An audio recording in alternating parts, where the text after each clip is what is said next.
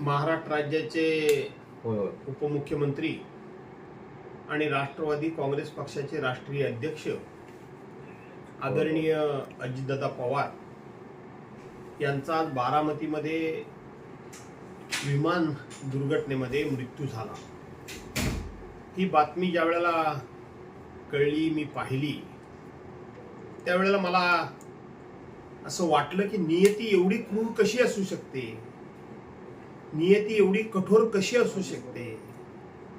खरं तर दिवसातले 24 तास ज्या माणसाला काम करण्याकरता कमी पडतात, सकाळपासून संध्याकाळपर्यंत जनसेवेचाच विचार, लोकांच्या अडीअडचणीचाच विचार, तितक्याच ताकदीनं महाराष्ट्राची डेव्हलपमेंट व्हावी याकरता धडपडणारा हा नेता, स्वतःचे व्यवसाय देखील तितक्याच काळजीपूर्वक हाताळणारा असा हा नेता आज आपल्या सर्वांना सोडून गेलेला आहे।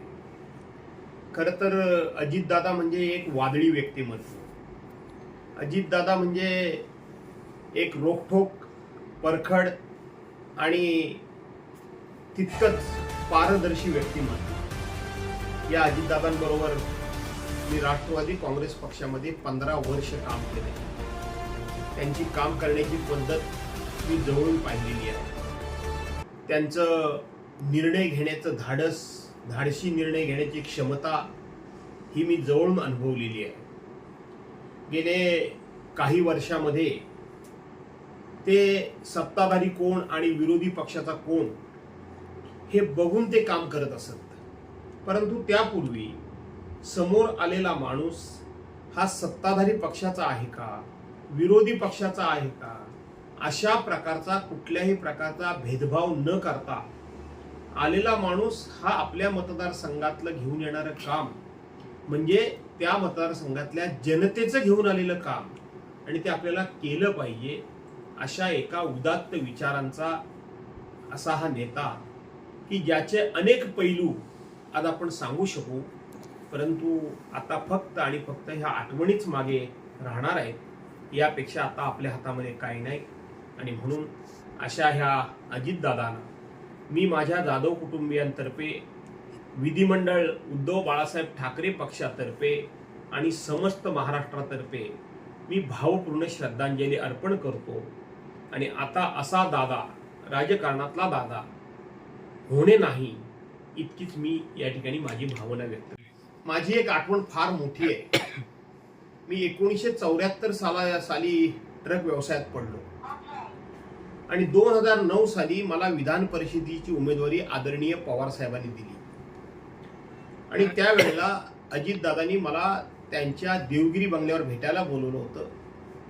मी थोडा उशिरा गेलो आणि उशिरा गेल्यानंतर तिथं त्यांनी मला फोनवरून थोडंसं ते रागवले, तुम्हाला मी बोलवलं होतं त्या वेळेत तुम्ही आलात नाही, ठीक आहे मी तुम्हाला मदत ठेवली आहे। मी ज्यावेळेला ते पॉकेट बघितलं आणि घरी येऊन उघडून बघितलं तेव्हा त्याच्यामध्ये 25 लाख रुपये होते।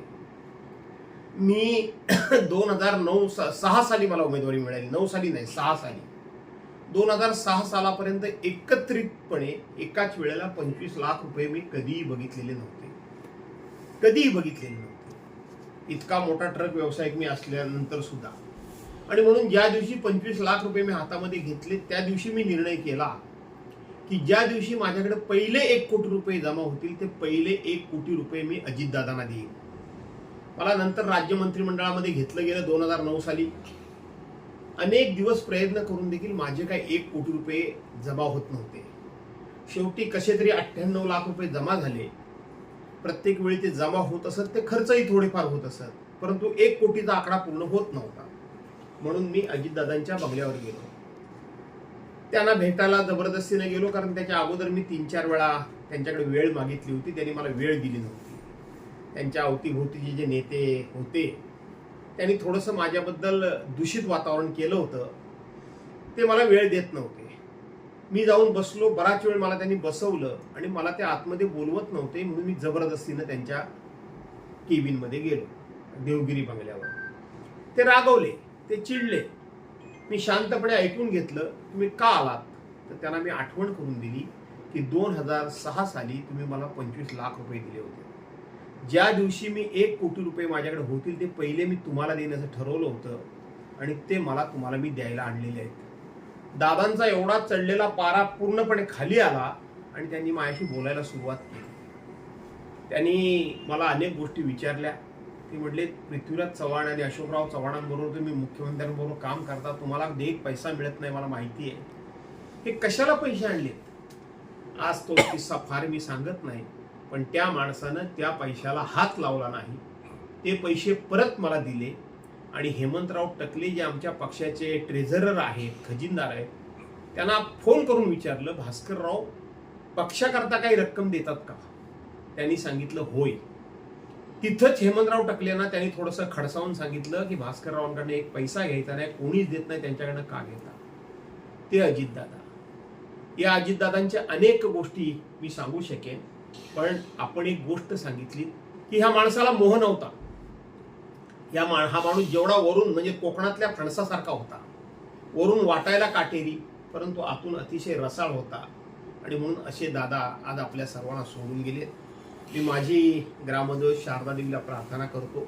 त्यांच्या वयोवृद्ध आई घरी आहेत, पवार साहेब आहेत, प्रतिभा काकी आहेत, त्यांचं कुटुंबीय आहे. ईश्वरा त्यांच्या कुटुंबियांना हे दुःख सहन करण्याची ताकद दे आणि पुन्हा एकदा दादांना मी या ठिकाणी भावपूर्ण श्रद्धांजली अर्पण करतो.